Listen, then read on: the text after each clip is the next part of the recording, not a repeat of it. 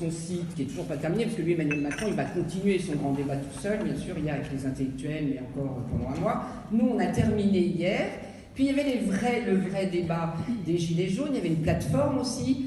Puis il y a eu avant le Conseil économique et social où on devait donner, participer et mettre des propositions.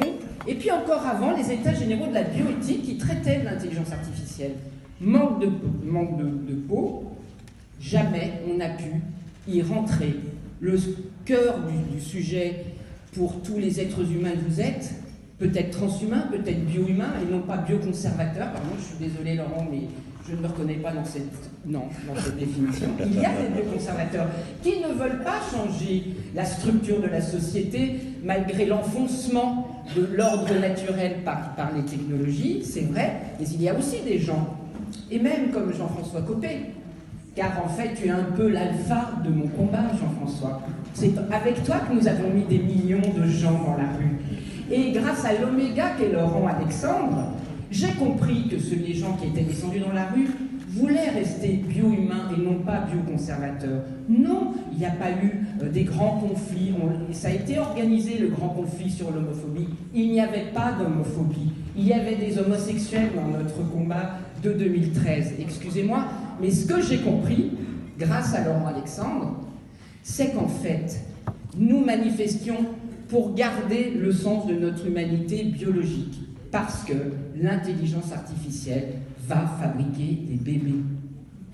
Et il faut qu'aujourd'hui... Frigide, je suis d'accord, sauf que c'est inévitable, on peut le faire, on le fait déjà. Donc le vrai sujet, il est complètement autre.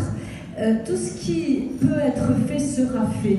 Non, justement pas. Aujourd'hui, c'est ce que je voulais vous dire, la procréation et l'intelligence artificielle n'ont pas été rentrées dans le grand débat. Et donc il y a deux choses à dire. Pourquoi ne pouvons-nous pas informer les populations? Car là, vous êtes des privilégiés, c'est toujours pareil, vous êtes des gens d'entreprise, vous êtes en train de faire travailler l'intelligence artificielle et de gagner de l'argent et d'aider à ce que les technologies, j'espère, soient mises au service de l'être humain.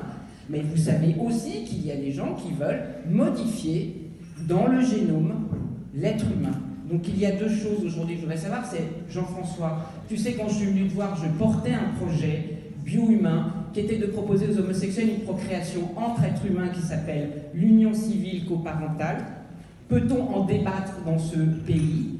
Et deuxièmement, Laurent, es-tu d'accord pour que plus de gens soient informés? C'est-à-dire que des débats se fassent, certes entre chefs, entre hommes politiques et dirigeants politiques et scientifiques, mais est-ce que les citoyens que nous sommes pourront enfin être associés à cette démocratie qui doit subsister? Merci. Alors, plusieurs choses. D'abord, moi,